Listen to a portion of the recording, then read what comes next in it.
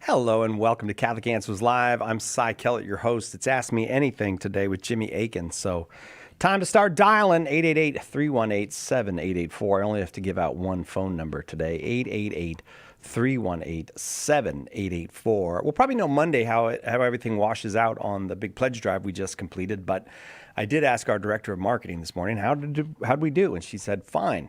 So I guess we did fine. It's somewhere between great and not great. We did fine. So, but I'll let you know Monday. But I do want to say thank you to everybody who dialed the phone, everybody who said a prayer for us, everybody who supported us in any way. We just have to do that a few times a year in order to keep doing this. And it looks like we'll get to keep doing it for a few more months. And then we'll come back to you again. But thank you, thank you, thank you. For everybody who helped out, especially those who took a moment to pray for our success. So we very much appreciate it. Again, I wanted to give out one number today, and that's the number to call right here into the studio. 3 of our 6 lines are currently open, and if you've got a question for Jimmy Akin, we'd love to get you on one of those lines. 888-318-7884. Jimmy Akin, senior apologist here at Catholic Answers, author of a whole bunch of books, including The Bible is a Catholic Book. This book I'm holding right here in my hands. A Daily Defense, 365 Days plus 1 to Becoming a Better Apologist, and a whole bunch of others. Welcome back, Jimmy. Thank you so much, Cy Kellett. How are you doing? I'm feeling pretty good today. I'm feeling pretty good. Good. I like when we just get to come in here and do our job, and we don't have to do that other job. I like that too. Much more relaxing. And you feel grateful for that when that's what you get to just do. I have a question for you, Okay. which I believe comes from our YouTube department. I think this comes from our YouTube department. They want to know, did Moses write the first 5 books of the Bible? Well, there have certainly been a lot of people who understood that to be the case historically. That's been the most popular opinion for most of Christian history and for much of Jewish history as well. However, there are reasons to question it. And those questions start by just taking a reading of the first 5 books of the Bible. Now, Moses doesn't appear at all in the first one in Genesis. It never mentions his name. He's not mentioned there at all. But then Moses is introduced as a character at the beginning of the second book, Exodus, and he remains a character to almost the end of the 5th book. Just at the end of Deuteronomy is when he ducks out. And so he is the dominant character in these books, and they're clearly meant as a set. Mm-hmm. So if you were to name one character that characterizes this set of 5 books, who is it? Well, it's clearly Moses. He's the main character of 4 of the 5, and the 5 are meant as a set. So this led to people, or it seems to be that this led to people referring to them as the 5 books of Moses, because he's the dominant character in this quintology. But when you read the quintology itself, it never talks about Moses being the author. It never says Moses, wrote these books. Instead, it will mention what Moses did and what Moses said, and in a handful of passages, it will talk about Moses ordering something to be written in a book. But that doesn't mean he's the author of the book you're reading. It just means he had a book written that was meant to preserve the memory of something, like something God said. But that doesn't mean that, in fact, it would imply, if it says, and Moses had this written in a book, it would imply it's not the book you're reading. Oh, yeah. Because it's like if you're reading a novel, and let's say it's a Sherlock Holmes novel, and it says at some point in the novel that Sherlock had something written in a book. Well, it implies it's not the one you're reading right now. It's some other book that's being described within the narrative. So we don't have any claims that in the Pentateuch, in the Torah, or the first 5 books of the Bible, that Moses wrote them. Then there is at least one passage that it would have been really hard for Moses to write, and that's the account of his death. Because at the end of Deuteronomy, Moses' days are coming to a close, and he knows it, and he ends up going up into the mountains. He's not allowed to go into the promised land at this point, but he goes up into the mountains and he dies. And how did Moses write this if he's dead? Right. I mean, did he use a Ouija board or what? And so even people who support Mosaic authorship have been willing to make a concession on this point and say, well, even if they'll say, I think he wrote most of it, but he didn't write the little last bit about his death. So even those who support Mosaic authorship must concede that at least some passages like this one were not written by Moses. There's also a problem for Mosaic authorship in the idea that there are several passages that are written from a later historical perspective. Like, for example, Moses' death is one of those. It says that, Moses died up in the mountains and no one knows where his grave is to this day. Now, if he had just died and someone scribbled down what happened, right. they wouldn't say to this day if it's like the next week. This to this day implies a significant passage of time. There are other indications that suggest that the books were written, at least in their final form, in the period of the monarchy, when Israel had a king. And there are various passages that anticipate Israel having a king and passages that seem to look back on the days of Moses from the perspective of we have a king now. And that would imply that the books weren't written until at least around 1000 BC, around the time of King David or King Solomon. And there are also passages that describe the borders of Israel. How much land has God given the Israelite people? They describe the borders of Israel, or the potential borders of Israel, in a way that's consistent with the borders that that Israel had in the early monarchic period, like I said, around the time of King David or King Solomon. So we have a number of different passages that would suggest that that it looks like these books weren't written by Moses himself. I think they do contain traditions and material that goes back to the time of Moses. Last time I read through them, and I was really struck by the enormous amount of detail that they used to describe how the Israelites built the tabernacle. The tabernacle was kind of a temporary structure that they used when they were still on the move, when they were not settled in the land. It was basically a tent-like structure that was used as a place to worship God. And there are enormous details contained in the text about exactly what you need to do to build the tabernacle. And it's really hard to explain if this is non-historical material that doesn't go back to that period, because after the time of King Solomon, the Israelites worshipped in the temple in Jerusalem. The temple replaced the tabernacle. And so if this were written centuries later, like some folks propose, and has no connection to the historical Moses, then why would they just go on for so long telling us how to build the tabernacle? And so I think it genuinely does contain material that goes back to Moses. It just never claims to be written by him. And there are passages that that are clearly from a later perspective, not just Moses's death, but others as well.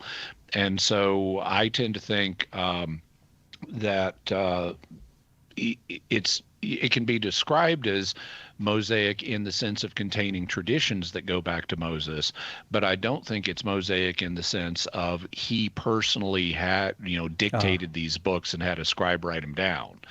On the other hand, I don't go so far as some scholars who want to say, oh, all of this didn't come together in its final form until after the Babylonian exile and, like 400 BC or something like that. I think that's way too recent. If I had to guess, my guess would be that these books were in basically their final form in the time of David or Solomon. That's when the evidence most seems to point to me. So about 1000 BC.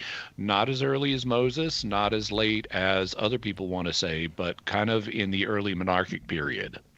All right. Well, thank you, Jimmy. Thanks very much. There's 4 folks on the line, and we're going to get to them when we come back, but that means there's 2 lines open. It's Ask Me Anything with Jimmy Akin on Catholic Answers Live, 888-318-7884.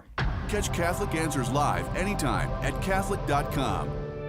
Are you a coffee drinker? If so, you can now enjoy a coffee roasted to perfection by the Carmelite monks of Wyoming. Delicious Mystic Monk coffee is roasted and prepared by monks in a hidden cloistered monastery and is available in over 25 varieties. All Mystic Monk coffees are works of perfection and labors of love. For more information on how to purchase Mystic Monk coffee, visit mysticmonkcoffee.com. That's mysticmonkcoffee.com. Check out EWTN's official YouTube channel. Just follow the link on our homepage at EWTN.com or go to YouTube.com/EWTN. Watch EWTN's live shows or today's homily from the Daily Mass. Click the upload button to see our most recent clips. You can also find all of EWTN YouTube content by clicking the playlist button. It's all on the official EWTN YouTube channel at YouTube.com/EWTN. Visit today.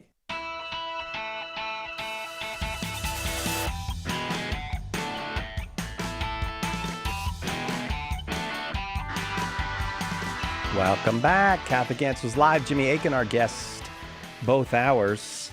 And Friday is a good day to find out what's dropping on Jimmy Akin's Mysterious World because it drops each Friday morning. Jimmy, what dropped today on Jimmy Akin's Mysterious World? Well, we have an episode focusing on one of the doctors of the church, specifically St. Albert the Great. He was a contemporary of St. Thomas Aquinas. He was a little bit older than St. Thomas, about 25 years older. He was also a teacher of St. Thomas Aquinas, but he is a doctor of the church in his own right. And he wrote about everything. He wrote on just a vast number of subjects. He basically commented on all of Aristotle's scientific treatises, and he even pioneered some new treatises on sciences that, like mineralogy, that Aristotle didn't cover. And he also was interested in magic and alchemy and mysterious things like that. So in today's episode, we have a presentation on St. Albert the Great and his great learning, his interest in mysterious subjects, and how he ended up as a doctor of the church. Oh, very cool. Albert the Great. It does seem that in those days there were more people that had an encyclopedic knowledge. I guess it was less specialization. Well, there was less known at the time. Someone said, one of the people I quote in the episode said Albert the Great was the last person to know everything that could be known. Yeah. Because after his time, the amount of knowledge just became too great for any one person to know. All right. Well, check it out at mysterious.fm or wherever you get your podcasts, or go to the Jimmy Akin channel on YouTube and check it out there. Back to the phone, or to the phones we go. Janelle is in Florida watching on YouTube. Hi, Janelle. You got a question for Jimmy? Yeah. Hi, Jimmy. My question is about self-flagellation. Just a disclaimer, I am not planning on doing this, but a lot of saints have practiced it, and I'm wondering if it constitutes self-harm and is it a sin? Because I don't understand why God would want people to harm themselves if our bodies are temples of the Holy Spirit. Okay, well, our bodies are temples of the Holy Spirit, but that doesn't mean that there can't be reasons for, that doesn't mean we should treat the temple as if it's, what's the right way to say this? That doesn't mean we should over prioritize the care of the temple, because the temple is not ultimately what's important. What's ultimately important is the one that resides within the temple, which in this case is the Holy Spirit. And so you want to treat the temple with respect, but that doesn't mean treating the temple as if it's an end in and of itself. And there can be situations, in sticking with the temple model, there can be situations in which one needs to renovate the temple. and one needs to do things to help the temple properly perform its function. And so, for example, one of the things you don't want the temple to do is, in the case of a human body, is sin. And some individuals have found self-flagellation a way of disciplining themselves so that they learn not to sin. And that is analogous to taking an earthly temple that's fallen into disrepair and, tearing out, some walls and putting up new ones and making it an improved, better temple. And that's essentially what people who practice various forms of self-discipline to master their sin nature and make their temple holier as a place for God would claim to do.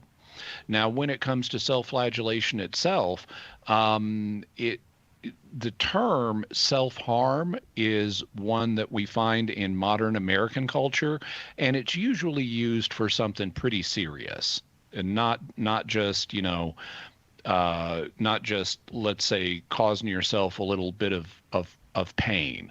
In fact, in athletics, there's a saying that's sometimes used: no pain, no gain. If you go and you work out, you're going to strain your muscles if they're not used to it, if you're not a regular exerciser, and then they grow back better. The heavy workout causes micro tears in your muscles, and then when those tears heal, they grow back better, and the muscles grow back better and stronger.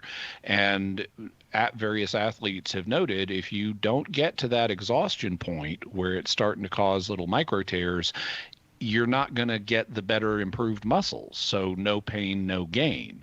Well, even people who basically worship their bodies recognize that causing some pain, like working out your muscles to the point of exhaustion, that's a good thing to do, and they don't consider that self-harm.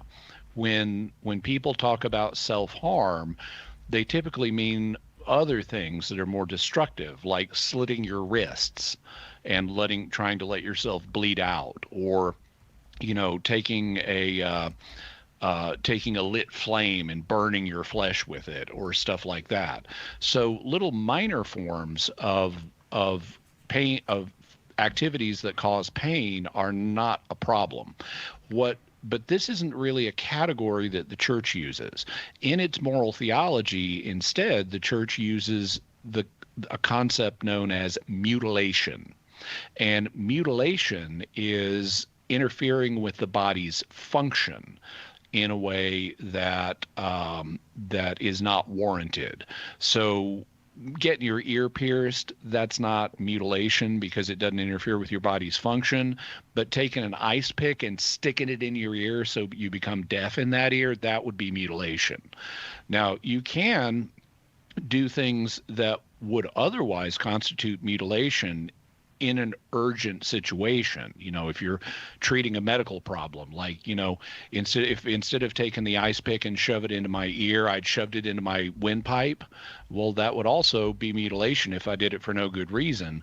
But if I'm choking and I need to open an emergency airway in my throat, we call it a tracheotomy, even though it's the same thing. But giving someone a tracheotomy so they can keep breathing and survive, that's a good thing.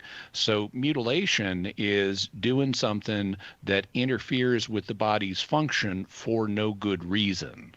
In the case of self-flagellation, well, if you've got a flail and you're, using it on your own back, that's going to stimulate the nerve endings. Specifically, it's going to stimulate a class of nerves you have all over your skin called nociceptors, which are pain reception nerves. And so, yeah, you're going to, if you're flailing yourself, you're going to stimulate these pain receptor nerves. But as long as you keep that in moderation, it's something that, well, if it helps you spiritually, it's not mutilation. You're not mutilating your body. You're causing some pain, but then going to a gym and working out will also cause pain. And so if there's a good benefit from it, like it helps you avoid sin, if it helps you grow in holiness, then that's not going to be mutilation, and it's also not going to be a sin.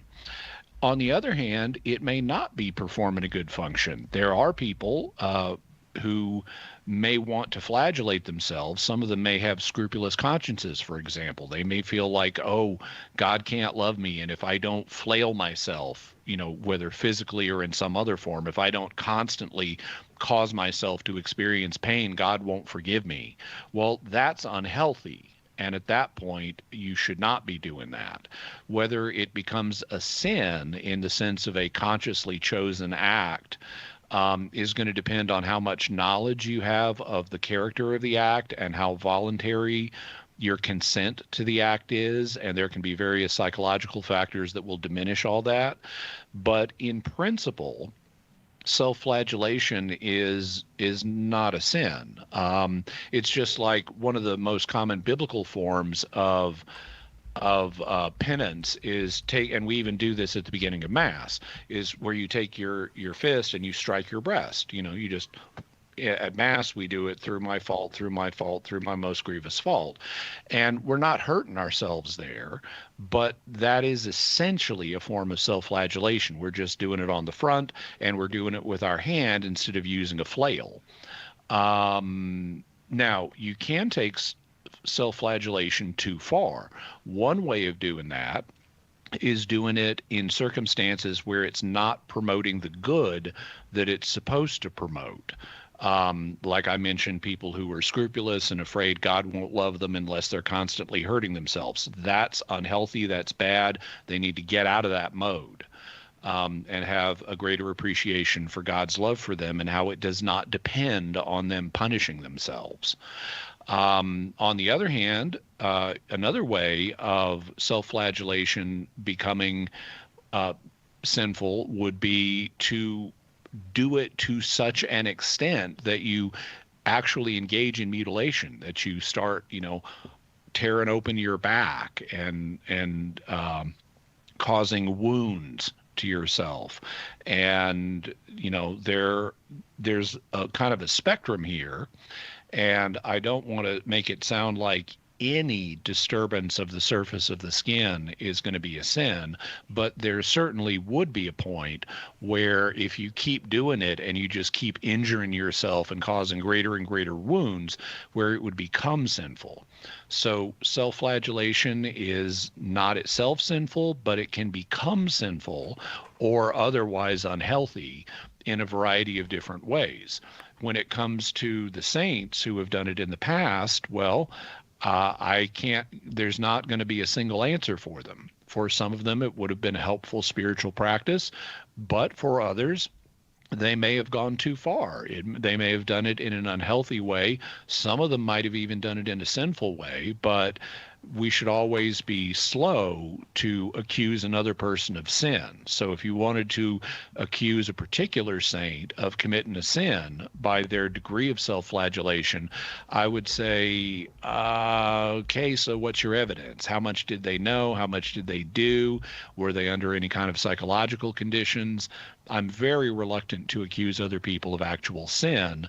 And that would apply to this case as well as any others. Janelle, thank you for the call. I'm going to keep going, but all the lines are full now. But I would like to send you thank you for starting us off. I'd like to send you a copy of Jimmy's book, The Bible is a Catholic Book. If you would like a copy of that, hang on, give us an address there in Florida, and we will send it off. Heading up to Augusta, Georgia now. Daniel is listening on the Catholic Answers app. Thanks for downloading the app onto your phone, Daniel. Go ahead with your question. Hey, how you doing, Jimmy Akin? I appreciate you taking doing okay. the question. I've been having discussions with some Calvinist friends on the doctrine of justification, and I have been trumped on one passage in Romans, specifically Romans 4 verse 5, when Paul uses the term logizomai for reckoning someone righteous. And my question is, since that term is has a legal and transactional connotation, like what's the biblical basis of the church's claim that it contains metaphysical implications? And like, how would I refute the Calvinistic position on this in a biblically systematic way? considering that their interpretation of the word adheres closer to its literal forensic meaning.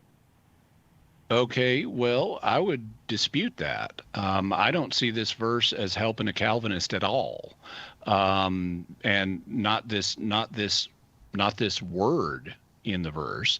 Logizomai means things like calculate or reckon, but I obviously need more time to explain that, so I'll do it on the other side of the break. I hope you can hang on, Daniel. We have to take this break. Jimmy Akin is our guest. It's Ask Me Anything with Jimmy Akin, 888-318-7884.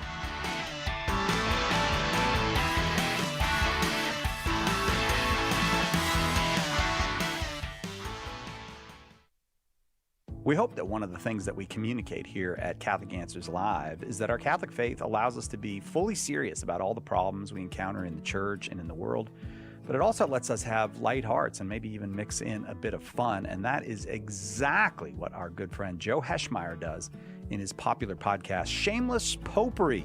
You should check it out at shamelessjoe.com. Joe's got a deep grasp of the faith, of morals, the teachings of the church, all that, but he's also got a witty conversational style. He entertains and he informs, but you will leave equipped to better answer the most common challenges, misconceptions, and questions about the Catholic faith. He's got insightful guests, he does on-air debates, and he takes a close look into all the things that you want to know about as a Catholic living today. You'll walk away knowledgeable and filled with joy. Look for Joe on his YouTube channel. Check him out at shamelessjoe.com or wherever you get your podcasts. And if you like what you hear, become a patron. Throughout history, some Catholics have been among the worst kind of villains, right? Or were they? In Cancelled, historian Steve Weidenkopf digs into the lives and controversies of some of these Catholics whose reputations have been blackened, often unfairly. He takes on the anti-Catholic versions of history and defends not only these figures, but the faith they represent. Order your copy of Cancelled today at shop.catholic.com or ask for it at a good Catholic bookstore near you. When the resurrected Jesus appeared to disciples on the road to Emmaus, they didn't recognize him until the breaking of the bread. The same is true today. In the Holy Eucharist, we really meet Jesus. In The Eucharist is Really Jesus, author Joe Heschmeyer explains how knowing Jesus in the Eucharist is the key to understanding all of Christian faith. Order your copy of The Eucharist is Really Jesus today at shop.catholic.com or get it at a good Catholic bookstore. Matt Swaim here. Monday on the Sunrise Morning Show, we'll take a look at this week in Catholic history with Kevin Schmeezing, plus all the latest news, weather, sports, and a whole lot more. Now back to Catholic Answers Live.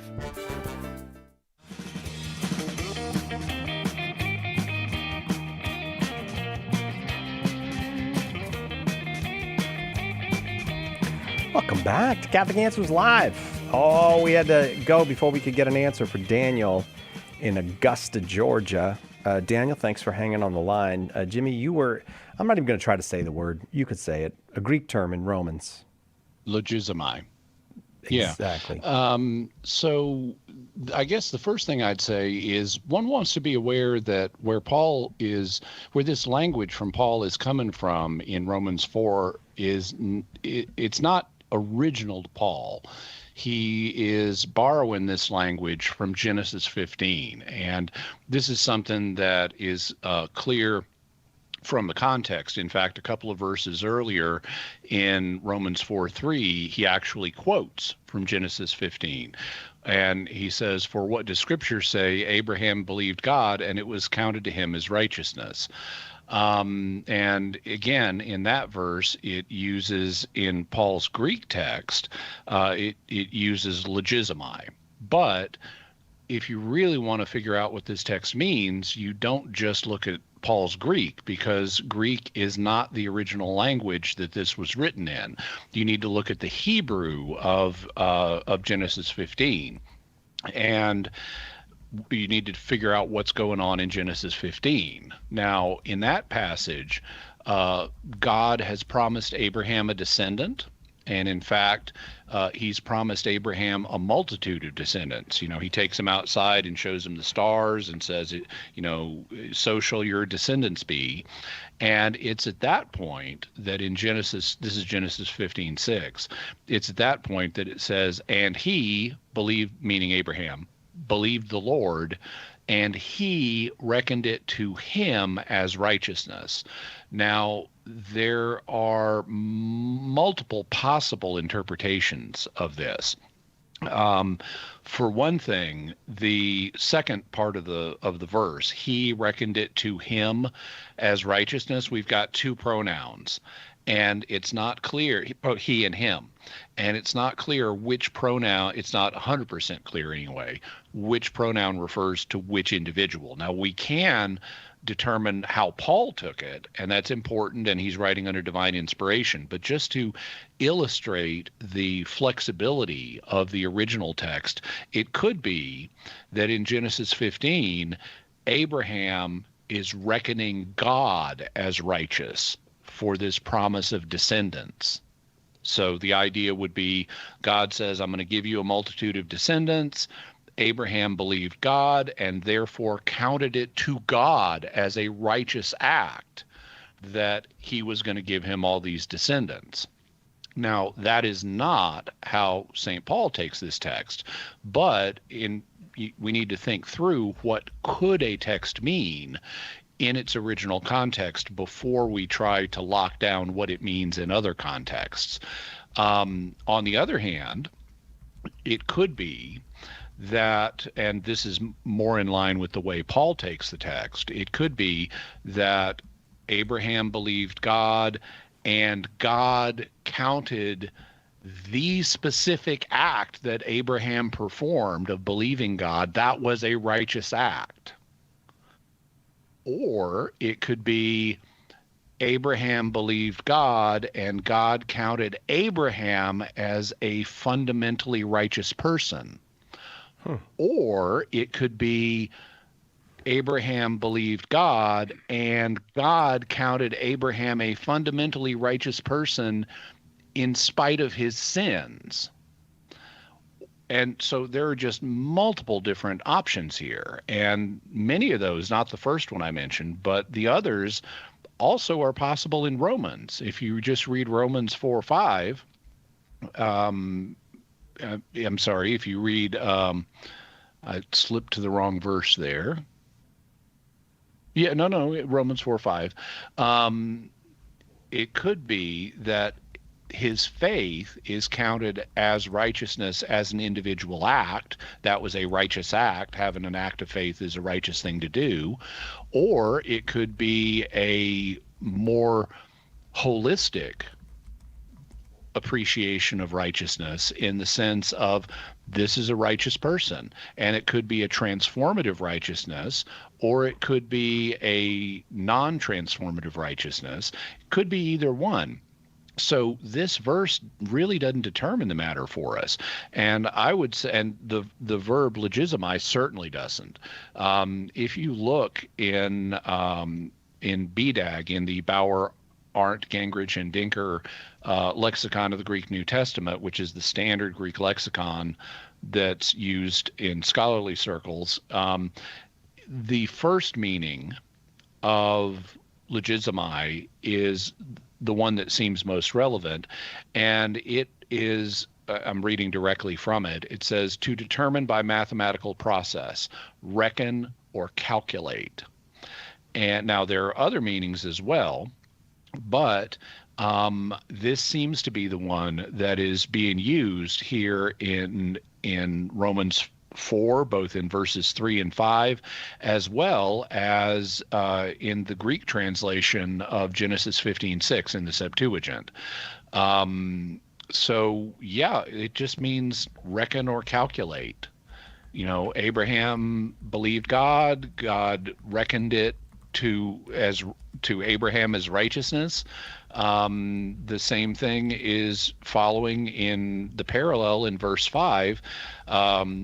to the one who does not work, and work in this context has a specific meaning, but believes in him who justifies the ungodly, his faith is reckoned or counted as righteousness. Yeah, of course that's what it says. Big deal. Doesn't prove Calvinism, doesn't disprove Catholic teaching about justification. So I just don't see this verse as being relevant to the discussion. If you want to disprove Catholic teaching on this point, this doesn't do that for you. This doesn't challenge Catholic teaching. You're going to have to find other passages to do that with.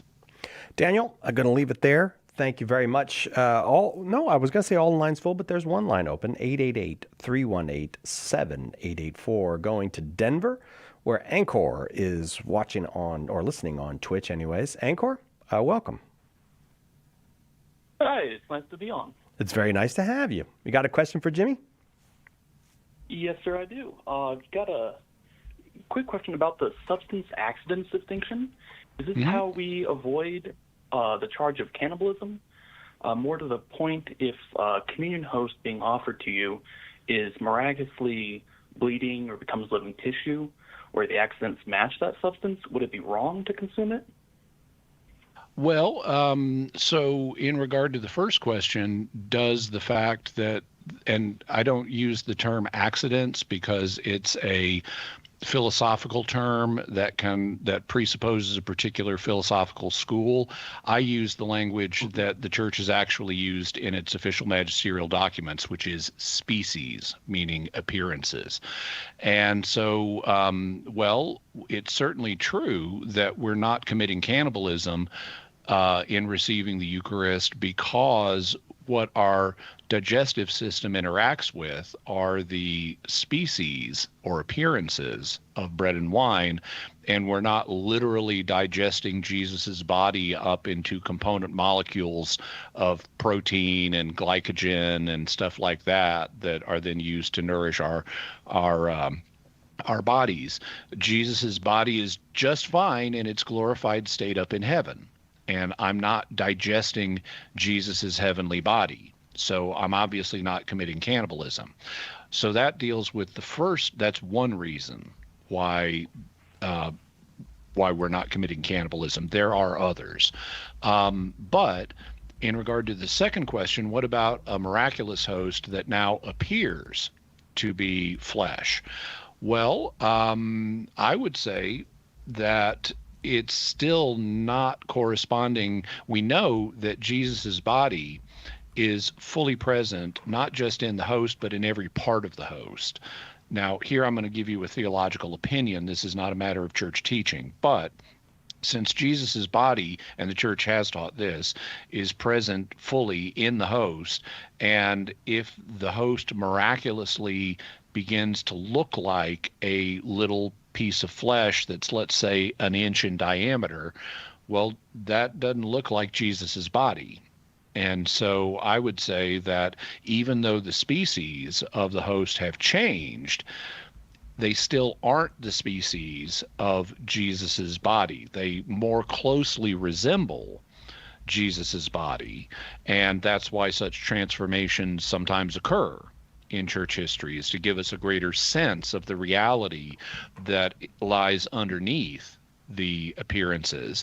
But it's still not Jesus's whole body. If it's an inch across, it's not Jesus's whole body. And so I would say the reality of Jesus's whole body should still be there under these appearances that more closely approximate Jesus's body, the appearances of Jesus's body, than just the appearances of bread.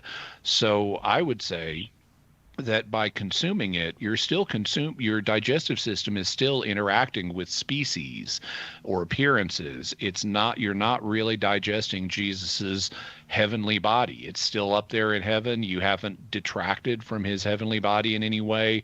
The nature of this kind of miracle is something else, that it may more closely look like what part of Jesus's body would look like, but it's not his full body, and yet his full body is really here. So we still have a distinction between the reality of his heavenly body, which is made present in the Eucharist, and the appearances that interact with our digestive system. All right. Encore? Yes, thank you very much. All right. Well, thank you for the question. You brought us right to our break. So we'll take that break. Be right back with more questions for Jimmy Akin. Couple lines open, 888-318-7884. This is Archbishop Paul Coakley, the Archdiocese of Oklahoma City, and you're listening to Catholic Answers Live. Who was the first Catholic in your family? Were they evangelized by a friend, a coworker, a stranger? Did you ever think that you could be that person that God uses to save a soul? And that soul could save their family, their grandchildren, and generations to come. At St. Paul Street Evangelization, a Catholic nonprofit, we train, equip, and mobilize Catholic disciples to do the urgent work of evangelization. Catholic Answers is supported in part by St. Paul Street Evangelization, streetevangelization.com. He was a Jesuit, a cardinal, and a doctor of the Church. Matthew Bunson and the Doctors of the Church. St. Robert Bellarmine is honored for his immense contributions to theology, including helping to draft 2 important catechisms that defended church teachings during the Protestant Revolt.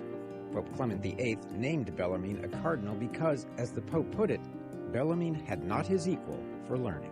For more about the Doctors of the Church, visit doctorsofthechurch.com.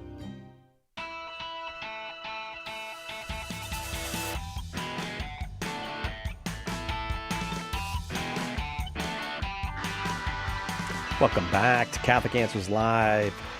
Jimmy Akin's our guest. All the lines full at the moment, but call as lines open up, and we'll get you on with Jimmy to ask whatever question you'd like. 888-318-7884. Have you heard of the Faithful Five? They are 5 of the very, very, very best books that you can give to any Catholic or someone who is considering the Catholic Church, according to this ad that I have in my hand. Why we're Catholic.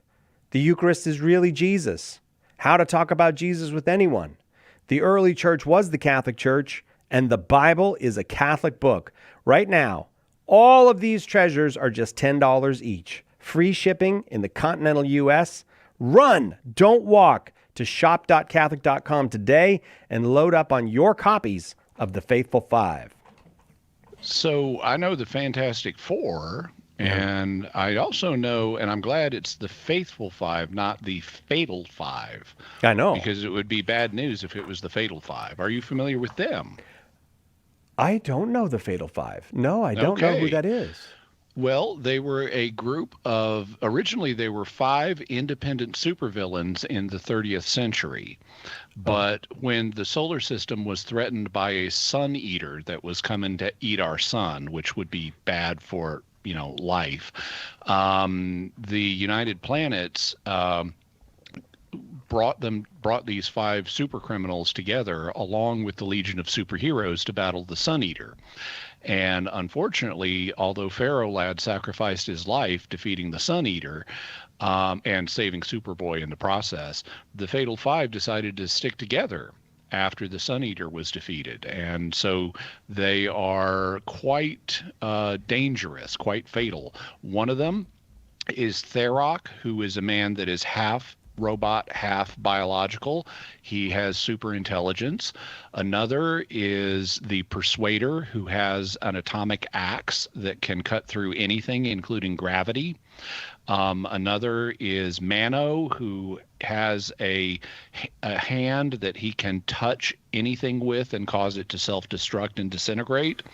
Another is the Emerald Empress, who has a big orb that looks like an eye, but it functions kind of like a Green Lantern ring, and it can project green energy beams that do all kinds of things. And then there's Validus, who is this enormous, huge giant that has super strength and is as strong or stronger than Superman. He also has a transparent brain case and can blast you with lightning from his brain. Fortunately, he has the mind of a child, so that's something that makes him a little less deadly. I don't know if that's fortunate. Like, so you don't want an impulsive giant with lightning bolts around. I'd like a nice, mature giant. Which would you rather have? An evil giant with an adult brain, or a destructive giant with a child's brain? Yeah. All right. Okay. I don't like giants. They're just so big, and it's funny 'cause I have feared giants since I was a child. Like, isn't that a weird thing? Like, not ghosts, not aliens. I don't like giants. But you know what? If you want to talk to somebody in Oklahoma, you could do a lot worse than Bill, who listens on St. Michael Radio. And Bill is here with us. Hi, Bill. You got a question for Jimmy?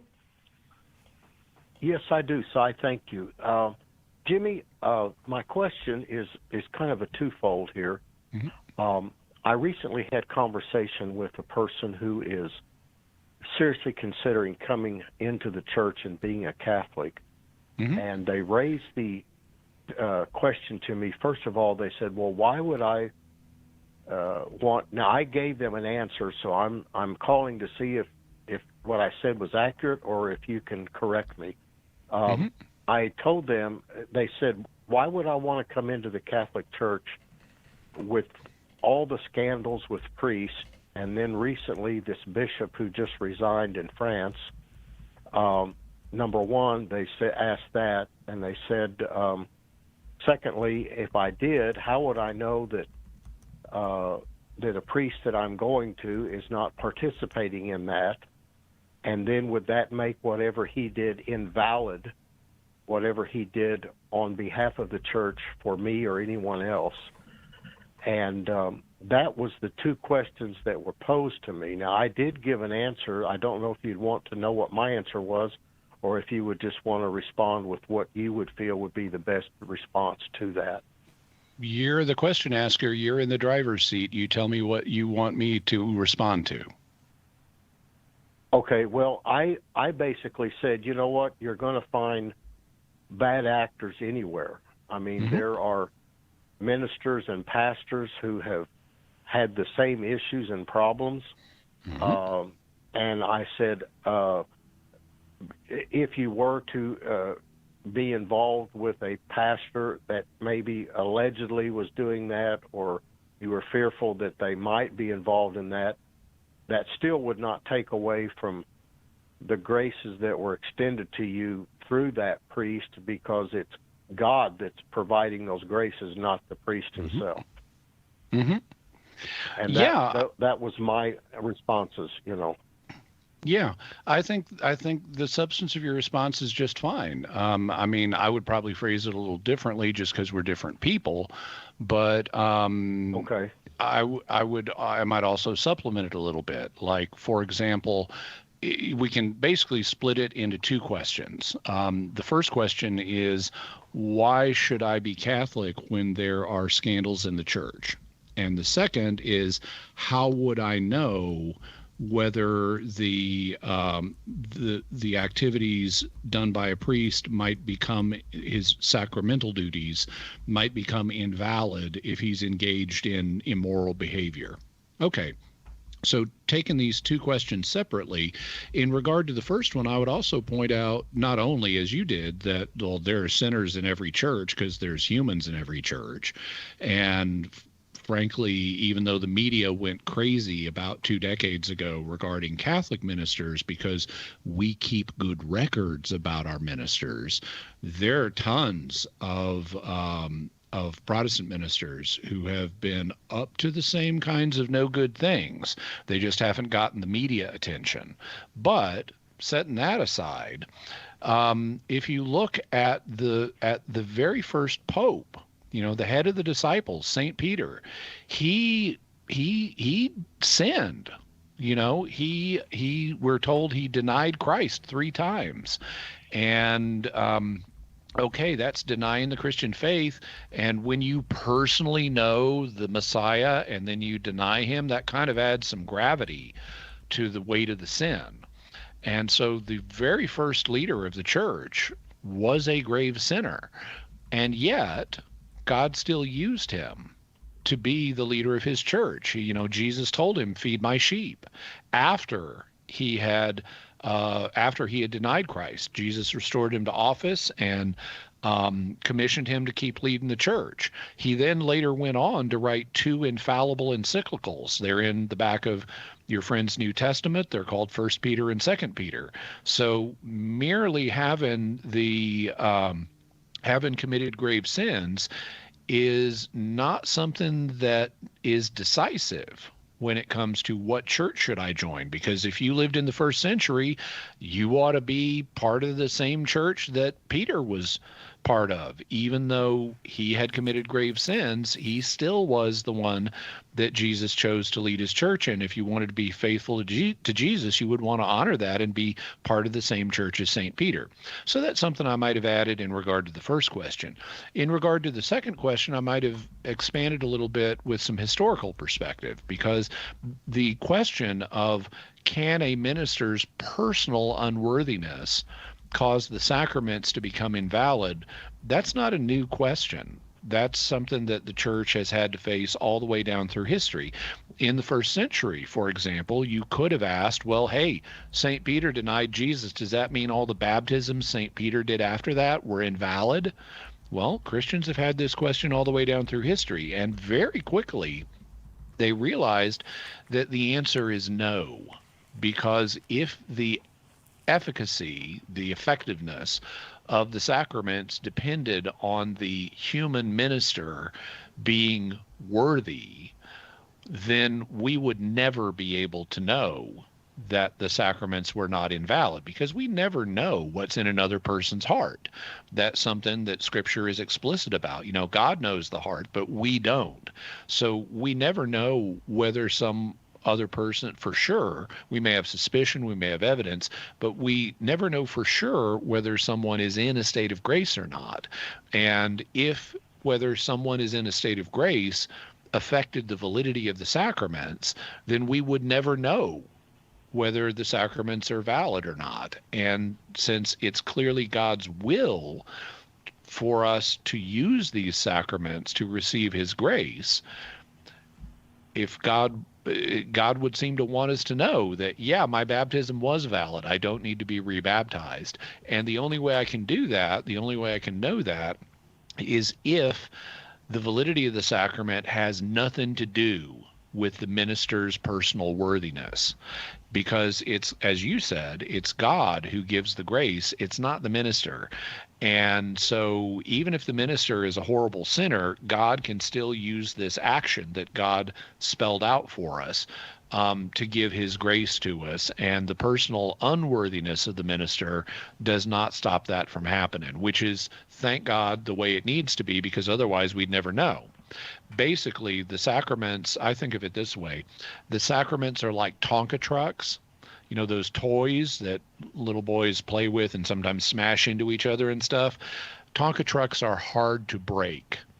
And God made the sacraments the same way. They are hard to break, which is fortunate, because otherwise we'd be breaking them all the time. What do you think, Bill? That got to what you wanted? Absolutely. Thank you so much. I appreciate it, Jimmy. Sure thing. Bill, I don't know if you've got Jimmy's book of Daily Defense, 365 Days Plus One to Becoming a Better Apologist. But if you don't, hang on and Edgar will give it to you. Appreciate your call and always like the conversation with you. Jimmy Akin, in addition to Jimmy Akin's Mysterious Worlds, also been doing the Jimmy Akin podcast. That's the newer one. Both very popular. I mean, Jimmy Akin's Mysterious World is very, very popular. I'm going to give it 2 veries. It's very, very popular. If you go on Mondays and you check out the Jimmy Akin podcast, what would we have gotten this week, Jimmy, on Monday? Well, this week I did one on the Bible Codex. Okay. When Christianity burst onto the world scene, it introduced a new form of book technology, namely the codex, rather than the scroll. And today we have the entire Bible in a codex, but it didn't start out that way. And codices were things that Christians used and appreciated, but other people in the ancient world didn't. So what made the change? Why was there a shift in Christian circles from scrolls to codices? That's a mystery that we don't have the entire answer to. Oh, All right. Well, you can check out the Jimmy Akin podcast wherever you get your podcasts. You can check out Jimmy's YouTube channel, and that's on YouTube. That was a very clever place to put it. We are going to take a very brief break and be back. And I'll tell you what, you are in luck if you've been thinking, those lines are always full. There's 3 lines open right now. If you've got a question for Jimmy Akin, any question at all, you are welcome to call 888-318-7884.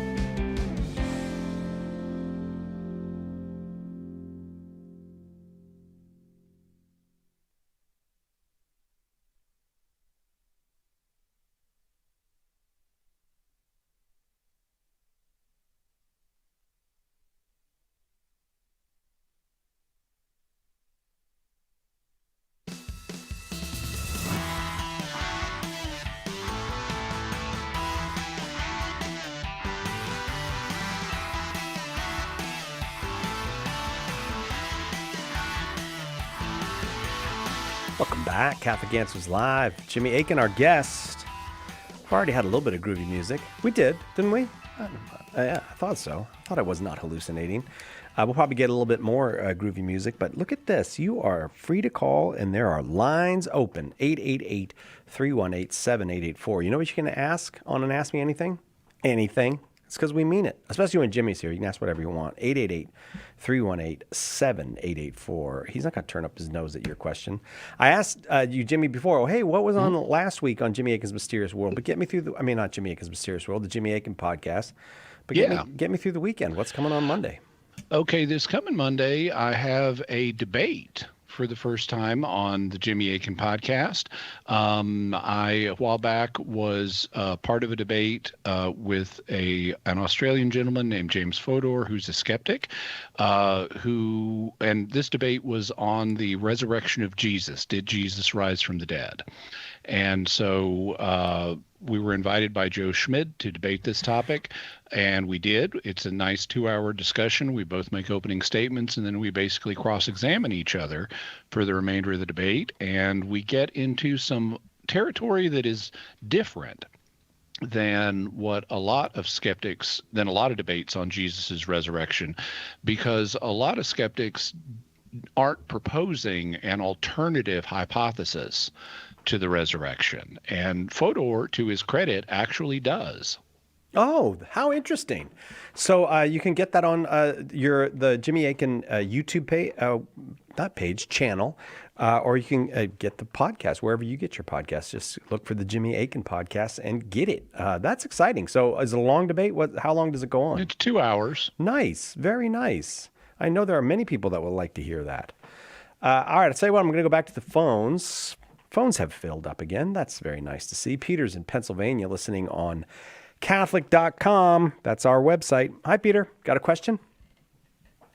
Yeah, thank you for taking my question, too. Sure. I would like to ask, I've been a Catholic all my life, and I'm trying to learn, I always struggle to learn more about the faith, and the Gospels appeared to change the meanings of them as I grew and got older in the church, which I'm grateful for. It's kind of like my understanding grew. And I would like to know what I can read without going to college on Catholic apologetics. What can you recommend that I can read that I can learn more? Well, so I see you're listening on Catholic.com, and that's good because that means you're already at a website that contains hundreds of thousands of apologetic resources. So we've got a ton of material right there on Catholic.com for free that is dominantly about apologetics. All you got to do is search on what you're interested in, and lots of resources will come up. Now, if you're looking for an overview, there are a number of different resources I can recommend. Some of these are not free. If you go to shop.catholic.com, there's a lot of books that cover different aspects of apologetics. We also have the School of Apologetics, which has online courses that you can take. They're just, it's a series of videos that you can work your way through at your own time. And there's a beginning apologetics course that surveys the whole field that I did. Then there's a set of 4 courses that build on that. There's Evidence for God, which Trent Horn did, which deals with arguments for God's existence. There's Evidence for Christ, which I did, which offers evidence for Christian apologetics specifically. Why be a Christian rather than just a believer in God? There's an Evidence for the Church course that Tim Staples did that specifically hones in on why be a Catholic rather than some other kind of Christian. And there's also a moral theology course that, among others, that Trent Horn did, and there are other courses as well. We also have books. One that I did that is the broadest survey of apologetics in one volume that I'm aware of is called A Daily Defense, and it contains responses to 366 objections to the Christian faith and the Catholic understanding of the Christian faith. So and with literally hundreds of different objections considered, it's the broadest survey of different apologetic objections that I'm aware of. It's not the same thing as here's a course of like how to make the case positively. For that, I'd recommend as a starting point the beginning apologetics course that I did. But for how to respond to objections, A Daily Defense is the most comprehensive thing I'm aware of, and since it's a book and you're here in North America, we can send it to you. So if you'll hang on the line, we'll get your address and send you a copy of A Daily Defense. Peter, please do. Just hang on the line. Edgar will be with you momentarily. As he finishes screening calls, he'll be happy to get your address and we'll send it off to you. A Daily Defense, 365 days plus one to becoming a better apologist. Thanks, Peter. Maybe we'll talk again. Ben is in Spokane, Washington. Ben, thank you for waiting. Go ahead with your question for Jimmy. Hi, Ben. Okay, Ben, I'll tell you what. Yeah, by the way, pro tip for the listeners, once you get on the line, listen to your phone rather than your radio, because there is a time delay and you won't know when we come to you if you're listening to your radio. So it's important to listen to your phone. And I'm going to come back to you, Ben, but just hang on the phone and we'll do that. But now I'm going to another Ben, surprisingly. But this Ben is in San Antonio, Texas, listening to 89.7 FM. Glad to have you, Ben, in San Antonio. Go ahead with your question. Yes, hello. Can you hear me? Yes. Great. Thank you. Thank you for taking the call. My question is, so I know we don't do sin offerings because Jesus died on the cross as the ultimate sacrifice. But in regards to peace offerings and burnt offerings that were a pleasing aroma to the Lord, why do we not do that anymore? If it's not as a sacrifice as because we're sorry, but it's more if it's pleasing for the Lord, why do we stop doing that? Okay, well, I guess I'll say a couple things. The first one is I like that you use the biblical phrase "an odor pleasing to the Lord." This is something that I think adds color to our understanding of what was going on in ancient Israel. Cy Kellett. Yes. Have you ever been to a barbecue? I have, yes.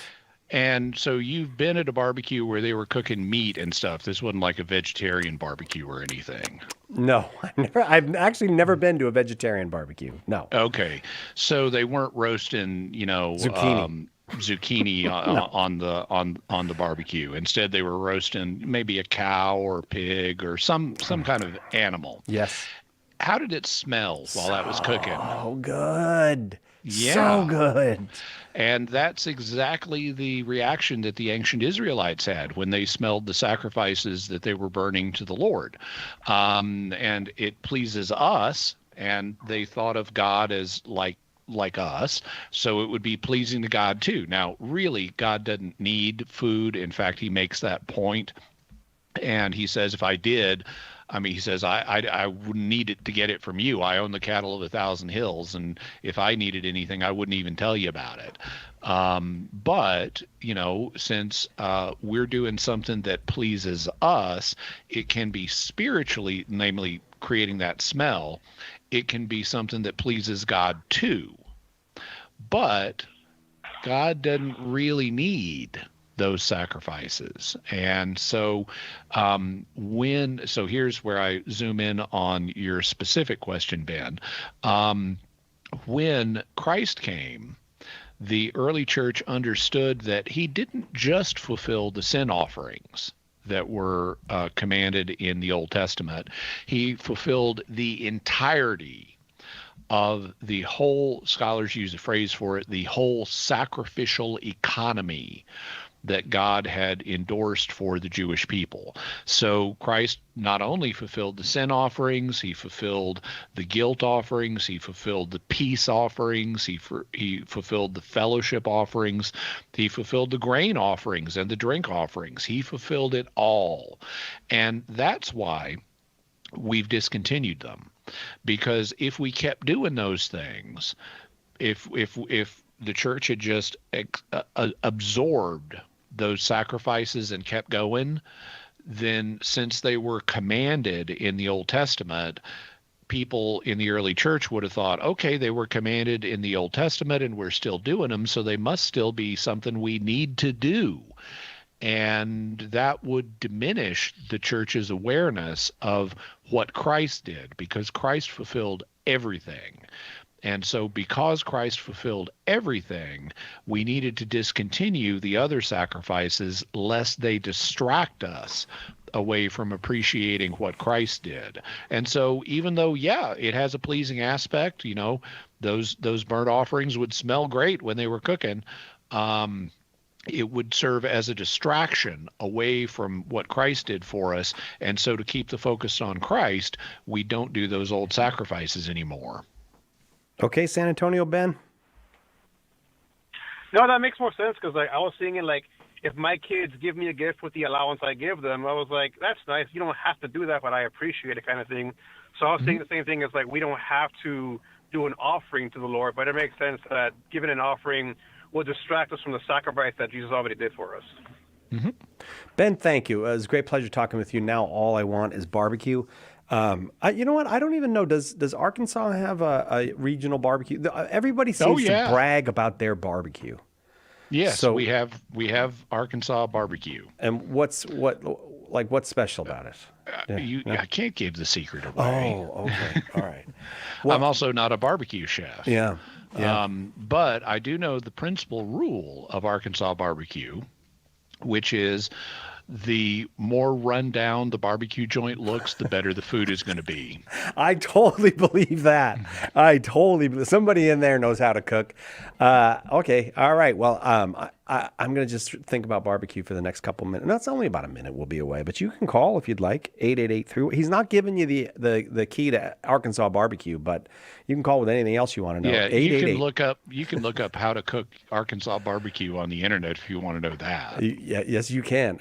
They have white barbecue sauce in Alabama. Have you ever had that? I haven't had that. I don't even know if they tell people outside of Alabama about it. It's really good, Edgar. Stop making a face. It's good. 888-318-7884. Right back. Oh, barbecue. With more Jimmy Akin on Catholic Answers Live. Miss a show? Make sure to catch up by downloading the podcast, available online at Catholic.com.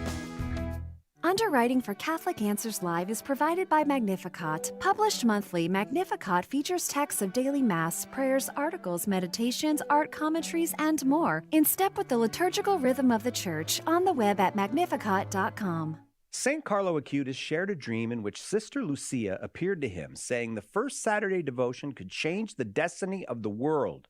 The Blue Army of Our Lady of Fatima invites you to practice this devotion. Join a First Saturday virtual pilgrimage beginning December 6th. Experience spiritual meditations while traveling virtually through Portugal and Spain to 12 sacred sites tied to the Fatima story. Track your journey with a passport and stamps. Visit bluearmy.com and select First Saturday Pilgrimage to learn more. Sponsored by Our Lady's Blue Army.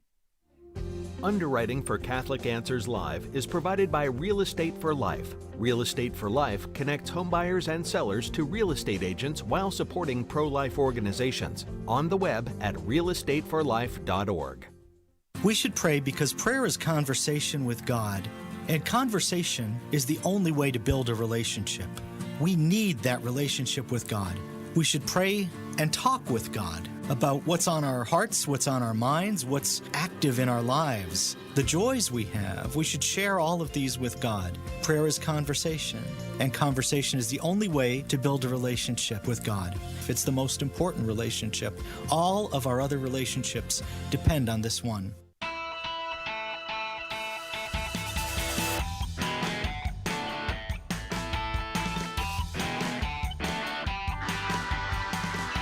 Welcome back. Catholic Answers Live. All right, we had a little trouble connecting with Ben in Spokane, Washington before, but I'm going to try that again. Ben, you with us? Yes, sir. Thank you for your patience with me. Oh, we're happy to have you, Ben. Go ahead with your question for Jimmy. Yeah, so I've read the Catholic Answers article, and I've asked people, and I must be slow because I'm still not getting it. Could you explain indulgences to me like I'm a 5-year-old?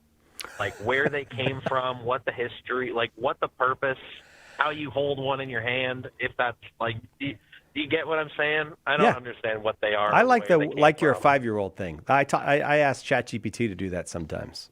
Jimmy? Okay, so indulgences are not a physical thing, so you can't hold one in your hand. Indulgences are a spiritual act that the church performs. I'm not going to take the 5-year-old thing strictly literally, so I'll allow myself to use words like developed. But indulgences developed, if I was talking to a 5-year-old, I might say they came from. But since you're really an adult, I'll use adult vocabulary. They developed out of the church's practice of penance. Now, they rest. You said you read an article, and I don't know what article it was. I wrote an article many years ago that is on Catholic.com. It's also on my personal website, JimmyAkin.com. It's called A Primer on Indulgences. And in it, I go through and break indulgences down step by step and show you the basis in the Bible for each of the steps. So I suspect you may have read someone else's article on this, because mine is really simple. And so I'll briefly explain them now, but I would suggest going to either Catholic.com or JimmyAkin.com, or just Google in Jimmy Akin indulgences, and especially look for A Primer on Indulgences, and it should show up. But basically, what an indulgence is when the church steps in to help a person who has already repented of a sin, but that sin has some consequences that the person still needs to deal with. Let me give you an example, this worldly example. Let's suppose, Ben, that you have a teenage son, and your teenage son misbehaves and breaks the rules that you've established for your house, and let's say, smashes somebody else's window. Let's say he was playing baseball where he shouldn't have been, and he smashed somebody else's window. Well, okay, he needs to learn his lesson. And so you may say, hey, son, you're grounded for 2 weeks. And he may repent and say, I'm so sorry. I'll pay for the window. I didn't mean to do it. I'm so sorry. And you say, that's okay. I forgive you. So at this point, your son is forgiven. But if every time your son just says, I'm sorry, you let him totally off the hook, he's unlikely to learn his lesson. And so you may still say, well, I appreciate that you're sorry, son, and I do forgive you. I'm not going to be mad at you forever. I'm not mad at you now. But you need to learn your lesson, so you're still grounded for 2 weeks. So even though he's repented of his action and been forgiven for his action, he still has some lingering consequences from his action to help him learn his lesson. Okay, now suppose that your teenage son really takes it on board that I need to learn my lesson. I need to prove to my parents that I have learned my lesson. So I'm going to be extra good this week. I'm going to do things I don't have to do. I'm going to voluntarily take out the trash without being told to. I'm going to help my little sister with her homework. I'm going to do all these things to show that I've really reformed myself, that I really have learned my lesson. Well, if you see your son doing that, then you may want to say to your son, I see how hard you're trying. I see you've really been doing good. It looks like you've really learned your lesson in this case. So guess what? Now you're not going to be grounded for 2 weeks, but just 1. And so you've diminished the consequences that your son has to experience. You may not let him totally off the hook, because he does need to have this lesson cemented in his mind, but you've lessened the consequences because he's taken it on board and is trying to be good and seemingly has learned his lesson. Well, that's essentially the principle that's involved in indulgences, because even though we're not teenagers, we're still human beings, and we're still a lot like teenagers. And so when we have committed a sin, We need to repent, and God will forgive us, but he may still leave us with some consequences as a result of our sin so that we will learn our lesson.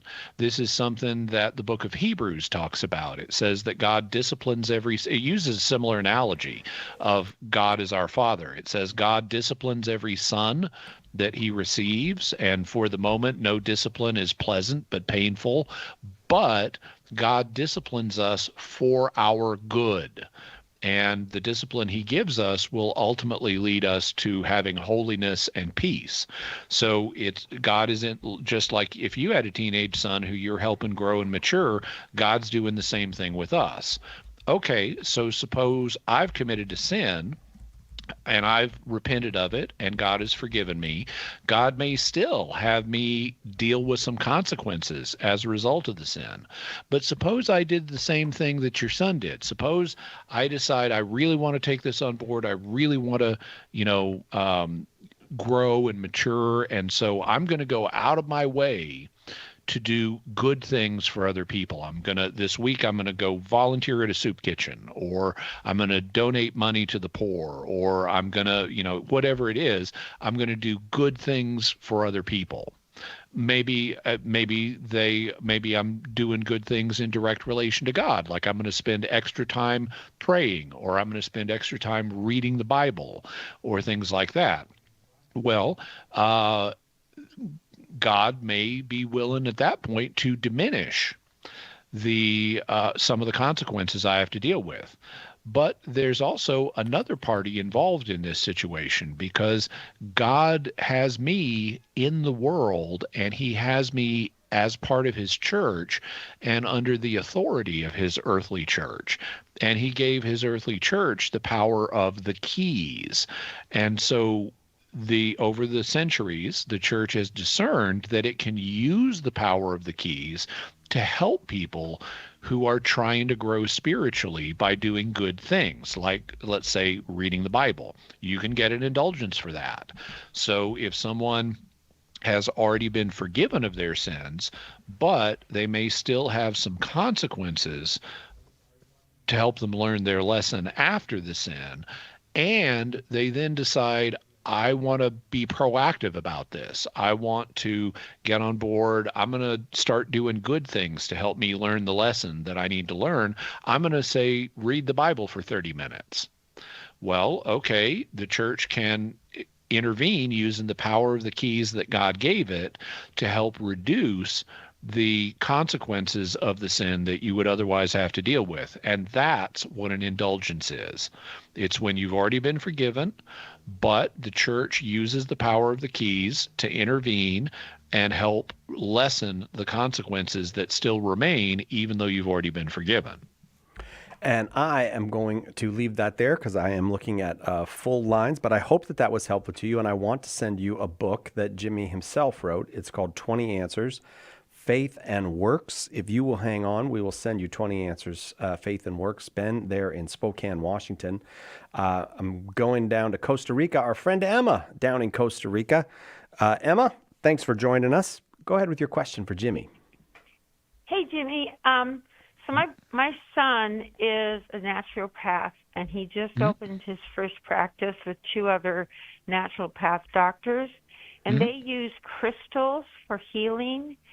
Okay. And he said he's keeping an open mind, but I don't know. I thought I heard on like one of your Mysterious Worlds you were talking about that, but I went back and I couldn't find it. Mm-hmm. So what would you like to know? Well, what did you find out? He really wants you he really wants your opinion. Do you think that they work? Well, so I guess let me frame it this way, because you'll sometimes hear people who've never really studied this issue, who will say things like, "Ooh, crystal healing, that's new age. You can't have anything to do with that. That's all demonic."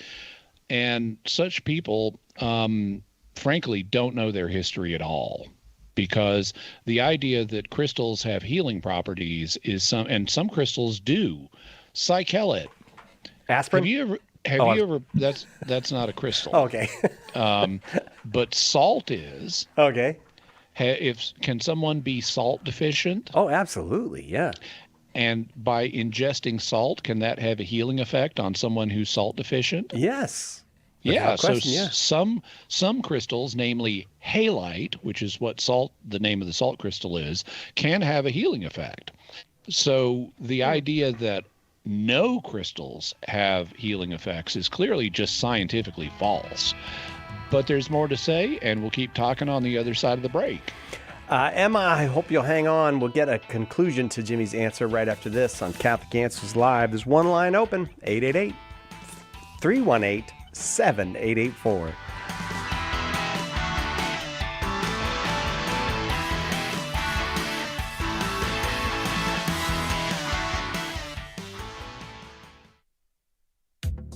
Have you ever wondered about the mysterious, even obscure aspects of the Catholic faith? Dive into the Jimmy Akin podcast, where Jimmy brings together information from many fields as he pushes the boundaries of apologetics. Tune in today to the Jimmy Akin podcast, Mysteries of the Faith, a highly entertaining, informative, and at times humorous show that will help you grow in your faith. Visit JimmyAkinPodcast.com today to subscribe. Lots of people have big questions about Catholicism. It needs a big book of answers, and now it's got one. The Big Book of Catholic Answers is filled with helpful replies to more than 250 questions about the faith. Questions about God, salvation history, the Creed, the Bible, the list goes on and on. Order your copy of the Big Book of Catholic Answers today at shop.catholic.com or ask for it at a good Catholic bookstore near you. We hope that one of the things that we communicate here at Catholic Answers Live is that our Catholic faith allows us to be fully serious about all the problems we encounter in the church and in the world, but it also lets us have light hearts and maybe even mix in a bit of fun, and that is exactly what our good friend Joe Heschmeyer does in his popular podcast, Shameless Popery. You should check it out at shamelessjoe.com. Joe's got a deep grasp of the faith, morals, the teachings of the church, all that, but he's also got a witty conversational style. He entertains and he informs, but you will leave equipped to better answer the most common challenges, misconceptions, and questions about the Catholic faith. He's got insightful guests, he does on-air debates, and he takes a close look into all the things that you want to know about as a Catholic living today. You'll walk away knowledgeable and filled with joy. Look for Joe on his YouTube channel. Check him out at shamelessjoe.com or wherever you get your podcasts. And if you like what you hear, become a patron. Matt Swaim here. Monday on the Sunrise Morning Show, we'll take a look at this week in Catholic history with Kevin Schmeezing, plus all the latest news, weather, sports, and a whole lot more. Now back to Catholic Answers Live.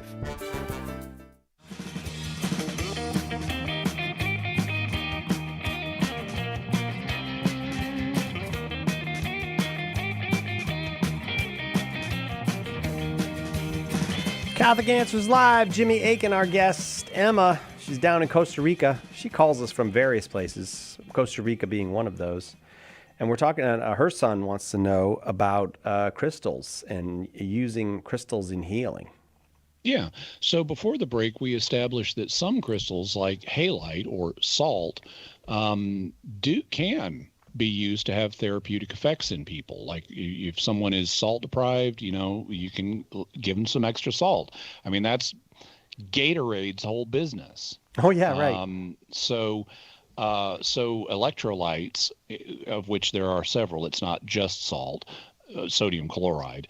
Yeah, absolutely. Some crystals have healing properties in at least some circumstances for some people, which is the way every medical treatment is. It's not, there's no medical treatment that every person needs or that will be effective for every person. Medical treatments are always specific to the people who need to be treated. Well, okay, what about the idea that this is new age, it's of the devil? Well, okay, there are a bunch of doctors of the church who would disagree with that. And this is something I often find. A lot of people, they hear rumors about, oh, that's new age or that's demonic or something like that, and they never research the history. And And actually, and this is true even in the traditionalist community, a lot of traditionalists, and I have traditionalist leanings myself, but a lot of traditionalists aren't very deep in the tradition. They know a little surface level, but they've never really done broader reading. Well, when you do broader reading about the history of Catholic tradition, you find a bunch of doctors of the church. Now, the doctors of the church are basically the top 40 theologians of all time. They're not quite 40 yet, but we're almost there. And lots of them wrote about healing properties of crystals. For example, earlier in hour one today, I mentioned St. Albert the Great, who wrote a whole book on mineralogy. He was the guy who organized the field of mineralogy, and he talks about how different minerals have different healing properties. Another doctor of the church, and this one I've mentioned previously on Mysterious World, St. Hildegard of Bingen. She wrote about different minerals and crystals and healing properties that she believed they had. For example, she believed, if just off the top of my head, she believed that emeralds could be useful in treating epilepsy. That if she thought that if someone is having an epileptic fit, that you could like take an emerald and put it under their tongue and the fit would subside. And that's just one example. She's got a book where she just goes through all different kinds of minerals and the healing effects that she thinks they have. St. Thomas Aquinas was the same way. This was normal. This was just the science of the day. And so the idea that crystals have healing properties is not something that Catholics should dismiss as New Age or demonic, because it's actually part of the Catholic tradition. Okay, now, Hildegard of Bingen, Albert the Great, Thomas Aquinas, they were all dealing with the science of their day. And they all lived before the scientific revolution, where we began studying science in an experimental way and actually not just proposing hypotheses that seemed reasonable based on the data we had, but where we actually started doing experiments to test them. And so, for example, today we'll do double-blind experiments to establish, is this medical treatment effective or not? Is it more effective than placebo? And a lot of the science that was used in the Middle Ages that Hildegard of Bingen and Thomas Aquinas and Albert the Great believed in has not been replicated since the scientific revolution. And so my own view is that a lot of the claims that they made about this crystal has this healing property are likely to be false. And the same thing is going to be true of various currents of modern claims about crystals and their ability to heal. A lot of those claims are going to be false. They're going to be the scientific equivalent of superstition. But that doesn't mean that it's all that way. So I'm open. If someone wants to claim crystal X has healing property Y, I'm okay with that as a claim. I want to see it backed up by evidence, but I'm okay with it as a claim. And so I want to. I would say if you want to try to heal someone with a crystal, well, try it, see if it works, report accurately whether it works or not, and I would say do peer-reviewed double-blind studies to see does it actually help people or not. It may help them even if the crystal itself has no effect. It may help them via the placebo effect, where the mere fact they're being treated makes them start feeling better and may trigger their own body's healing ability. It may actually have nothing to do with the crystal. That's why modern medical experiments want to see a therapy prove to have effectiveness beyond placebo. I suspect many crystals do not have effectiveness beyond placebo, at least for the medical conditions they're being used for. But even just the idea of, here, I'm going to put this crystal on you and it's going to make you feel better, and the person does start feeling better, well, okay, it had a therapeutic effect even if it was via the placebo effect. There's more depth I could go into here, but my basic opinion would be that there's nothing fundamentally unchristian here. The attitude of the medievals was, God made all this nature for mankind to use, and we can try to use it to, have therapeutic effects. Science will help us identify those effects, and we shouldn't be either too credulous or too skeptical. We should open-mindedly follow the evidence wherever it goes. And Emma, I'm going to leave it there and move on. I hope that's helpful to your son. Thanks for calling. It's always good to talk with you. Diana is in Cleveland, Ohio, watching on YouTube. Diana, welcome. Hello. Hi. Oh, by the way, one follow-up. Hang on, Diana. One follow-up on Hildegard of Bingen's epilepsy treatment. I strongly recommend if someone's having an epileptic fit, do not put an emerald under their tongue. They might choke. Yeah. I'm glad we got that out. Diana, back to you. Welcome. Yes. Go ahead with your question. My question is that in Revelations, I think chapter 7 to 14, it states something about only 144,000 people are going to heaven. And I was wondering if you could explain that to me. Okay. Well, it doesn't say that. Chapter 7 and chapter 14 of Revelation both identify a group that consists of 144,000 individuals. They're described as 12,000 male virgins from each of the tribes of Israel, and they follow God, and there have been a variety of different theories about them and what they represent. Cy Kellett and I actually discussed this not that long ago. I believe it was the first question of the hour. Lately, they've taken to having Cy Kellett ask me opening questions at the beginning of the first hour of the show. And so if you look back through the last month or two, you should be able to find where I answered this question for Cy. But I went through a bunch of the options, and I'll tell you what my conclusion is. The 144,000 are, the evidence would suggest that they are a symbol of the entire Christian community. This is based on a type of symbolism that we frequently find in Revelation. Frequently, John will hear something, and then he'll turn and see something else, and both what he heard and what he sees represent the same thing. So we see this, for example, in Revelation chapter 4 and 5, where he's up in the heavenly throne room, and he first hears that the Lion of the tribe of Judah is going to come and open the book with 7 seals. And then he turns and looks and sees a lamb that has been slain with 7 eyes. And this lamb represents Jesus.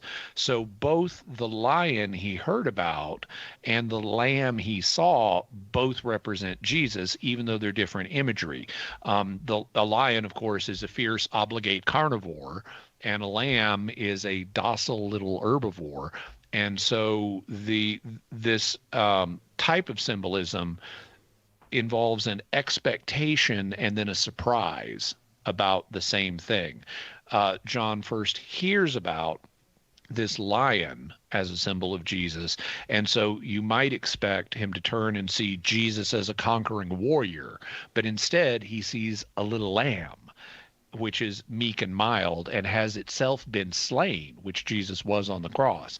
So even though Jesus conquers, the way he conquers is by self-sacrifice and dying on the cross. So that's the surprise that comes in the wake of the expectation that the initial thing John heard sets up. Well, we find the same thing happens with the 144,000. First, John hears about the 144,000, 12,000 from each of the 12 tribes of Israel. Then he turns and sees, and they're all Israelites. And then he turns and sees, in his words, an innumerable multitude that no one could count from every tribe and tongue and language, and they all worship the Lamb. And so based on the setup, you would think, oh, I'm about to see a small, relatively small number of pious Jews. And then he turns and sees this innumerable international multitude of pious people worshiping God and his son, the Christ. And so that's the surprise that pays off that comes in the wake of the expectation set up by what John heard. And it also communicates the idea of the church today, with all of its people from all of the different nations. The church is the new Israel. Just like St. Paul says in Romans that anyone who is a person of faith in Christ is a son of Abraham, whether they're an Israelite or not. And so there's a sense in which Gentiles who believe in Christ have become part of the family of Israel. And John seems to be reflecting that same thought here, where the 144,000 are a symbol that represents the entire Christian community. And that's my conclusion. There are other opinions about this, but if you'd like to see me work through some of them, I would suggest checking the recent Friday broadcasts that I was on, and I think it's just within the last couple of months that I did this question for Cy. You also could search on Catholic Answers on Catholic.com or on Catholic Answers YouTube channel for 144,000 Jimmy Akin, and it should come right up. I got to take the break, Diana. Okay. Thank you very much for the call and for the question. And we will be right back with more Jimmy Akin on Catholic Answers Live. There's only one Catholic Answers Live. The Catechism defines evangelization as the proclamation of Christ and his gospel by word and the testimony of life. But what does that look like in real life? It looks like St. Paul street evangelists out in the public square sharing the good news. We're a Catholic nonprofit that starts conversations by handing out free sacramentals. Then we employ our method of listen, befriend, proclaim, and invite. Catholic Answers is supported in part by St. Paul Street Evangelization. Visit streetevangelization.com to learn more. The wisdom of Mother Angelica. I told him about the woman who came to me and said her two children hadn't spoken to each other for 2 years. Their grandma died, and she was very wealthy. She left half to each one. She said they're arguing over a commode. She said it's inlaid. Can you imagine being in hell and somebody saying to you, "What are you here for?" EWTN. Live truth. Live Catholic.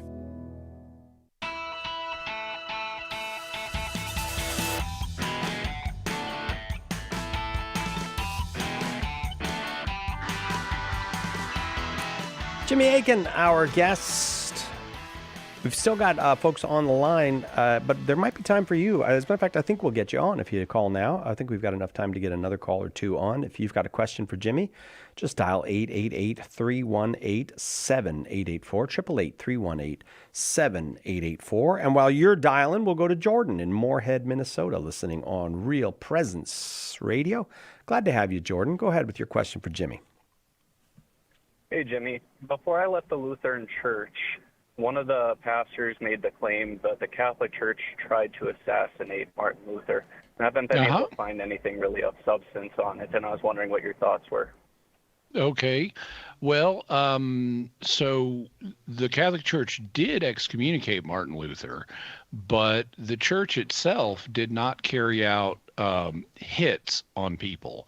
Now, in order to say the Catholic Church did something, it would need to be authorized by the Pope, because otherwise, I mean, even if some other Catholic had authorized it, like a bishop or something, they would just be a rogue bishop. They wouldn't be acting for the church unless the Pope himself had authorized something. You know, like if, let's say, God forbid, the Bishop of Yeehaw Junction, Florida. I'm going to pretend there is a town called Yeehaw Junction, Florida.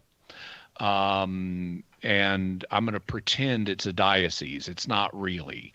It's within a diocese, but it's not a diocese itself. So let's pretend that there is a bishop, not just of Northern Florida, but of Yeehaw Junction specifically. And we'll call him Bishop Bob. And let's suppose that Bob really doesn't like someone in his diocese. Let's say there's a guy who did muffler work on Bishop Bob's car, and he wasn't happy with the muffler work that the mechanic did. And so Bishop Bob he's so mad, he hires a hitman to go kill the mechanic that did his muffler work. Okay. So let's suppose that happens. One less mechanic, at least for the time being, in Yeehaw Junction. He's been X'd. He is an ex-muffler man now. Okay, Psychelit. Given that this was a decision by one bishop living in Yeehaw Junction, Florida, yes, would it be appropriate to say the Catholic Church assassinated a muffler man in Yeehaw Junction, Florida? No, it would not. No. So in order to say the Catholic Church did something, you would need the person in charge of the Catholic Church to do something, and that would be the Pope.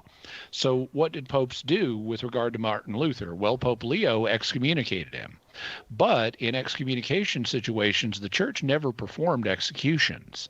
Sometimes executions followed from excommunications, but not always. In fact, the purpose of excommunication was not to lead to someone's death. It was to get them to wake up and repent. But Martin Luther had powerful allies, and so the effects of the excommunication were blunted. And I am very unaware of any pope ever like hiring a hitman. You know, it's not like Dan Brown was right in the Da Vinci Code. There's no secret league of Catholic assassins, much less are they albino monks. But the Pope did not hire anybody to go kill Martin Luther. In fact, for various occasions where Luther and other reformers would have to travel into Catholic territory to try to patch this situation up, which happened for a while, Luther and other reformers were granted safe passage so that people could meet and try to hash these things through. But I am unaware of any pope, trying to get an assassin to go kill Martin Luther. Luther may have thought that the Pope was trying to do that, but I'm not aware of it. And just to check myself, I asked Google's AI, did a Pope ever try to assassinate Martin Luther? And it scanned the internet and came back quickly and said no. So as far as I know, what you heard was mistaken. All right. That sounds great. Thank you very much. I think Martin Luther is still dead, though, despite the church not killing him. He didn't make it. And this just in, Generalissimo Francisco Franco is still dead. Jordan, thanks for the call. If you don't know that reference, for you there. you got to look it up. If you don't know that reference, you got to look it up. Emily in Houston, Texas, listening to EWTN on Channel 130, Sirius XM satellite radio. Glad you're here, Emily. Go ahead with your question. Hi, thanks for taking my call. Sure. My question pertains to choir ministry. I've done choir in as a ministry in a lot of different churches in my life, and I had a choir director once who was a very sweet man. But I think I mentioned to him, like, oh, why don't we use our choir loft? It's really nice. There's nothing up there. And he kind of just casually mentioned, oh, well, Vatican II got rid of them and said we couldn't use them anymore. And I was really confused. I was a lot younger at the time, and I didn't go look it up later. But I guess two questions, I guess. Is that true? And I assume no, because I've also been at many churches where they use their beautiful choir lofts and acoustics. But two, I've always wondered where he might have gotten that belief from, that somehow churches that don't use choir lofts and instead, sing near the altar, it was influenced by Vatican II. Okay, well, I don't know. You'd have to ask him. I can only guess, but I'm happy to guess for you. One of the things that happened after Vatican II is a lot of people lied about it and said that Vatican II said things that it in fact didn't say. Sometimes they tried to justify this by claiming that, well, even if Vatican II didn't say it, it was the spirit of Vatican II. Also, what a lot of people would try to do, and this particularly affected liturgists, In fact, I actually have, it's coming out in a couple of weeks. I have an episode of the Jimmy Akin podcast coming up where I talk about this phenomenon, because I recently ran across some arguments from a priest who was imposing what I call a pious little legalism. A pious little legalism is where someone makes up, some person or group of people make up a rule that is not in the law itself and then insist everybody follow it. And they may even misrepresent what the law says. And this priest was doing that. So I'm going to name names, and you can hear about that in a couple of weeks on the Jimmy Akin podcast. But what happened after Vatican II was a lot of liturgists wanted to impose their own pious little legalisms on the church, like, oh, well, the choir needs to be up by the altar so people can see it now, even though the law didn't require that. And in fact, Vatican II did not issue any documents saying get rid of choir lofts. This is total BS. But I would suspect that your friend at church had encountered people who communicated to him the idea that, oh, Vatican II said we can't do that anymore, when in fact Vatican II said no such thing. This was an attempt to promote their preferences by attributing them to Vatican II, even though Vatican II said nothing of the kind. What do you think? Oh, that makes way more sense. Thank you. All right, Emily, thank you very much. I'll tell you what, I'd like to send you Jimmy's book, A Daily Defense, as well. If you'd like it, just hang on. A Daily Defense, 365 Days plus one to becoming a better apologist. I have heard a lot of things blamed on Vatican II over the years, and sometimes you just got to ask, really? Was that a Vatican II thing? So, Emily, thanks. Always good to ask, what's your source? Yeah, right, exactly. All right, let's go to Prince Frederick, Maryland. Ellen is in Prince Frederick. Why am I having trouble with Frederick? Prince Frederick, Maryland. Ellen, welcome. Go ahead with your question. Yes, thank you for taking my call. My question is, with regard to adoration on televised, on the TV and Mass, specifically adoration, it's recorded, and I want to know, I have heard that Jesus really isn't there. It's just a videotape. Should I kneel and be in adoration when it's a videotape? And Mass, when the Eucharist is elevated also. I tend to kneel because I believe it is Jesus, but it's a recording. Can you help me with this? Sure. Well, I would say that it's up to you whether you want to kneel at that point or not. On the one hand, if it is a recording, and it's not always a recording, sometimes it's a live stream, but if it is a recording, then God knows that you are expressing reverence for Jesus when he was, as the recording depicts him. So God is outside of time, and you're inside of time, and you can show devotion to Jesus on the cross now. You could, or you could, show devotion to Jesus on the altar last Sunday now. God knows what your devotion is. That's all you're doing, is showing devotion to Jesus. And anything, whether the cross 2,000 years ago or the altar last weekend, they both can be things that you can direct your reverence and veneration towards, even if you're not personally there now. So if you want to do that, I think that's totally fine. That's not a problem. I would also say you're not required to do it, because you're not physically in the presence of the Eucharist. And if you were to generalize the principle of I'm going to kneel for anything where Jesus is in the world, you would constantly be kneeling your entire life. You could never get off of your knees because he's always on some altar somewhere in the world. So I would say it's a matter of choice, and does it help you with your personal devotion or not? Ellen, thank you so much for the call. You can hear the music. That means I've got to go. Jimmy Akin, thank you so much for these 2 hours. My pleasure. And that will do it for us. Again, thank you to everyone who supported us this week during our pledge drive. And we'll see you next time, God willing, right here on Catholic Answers Live.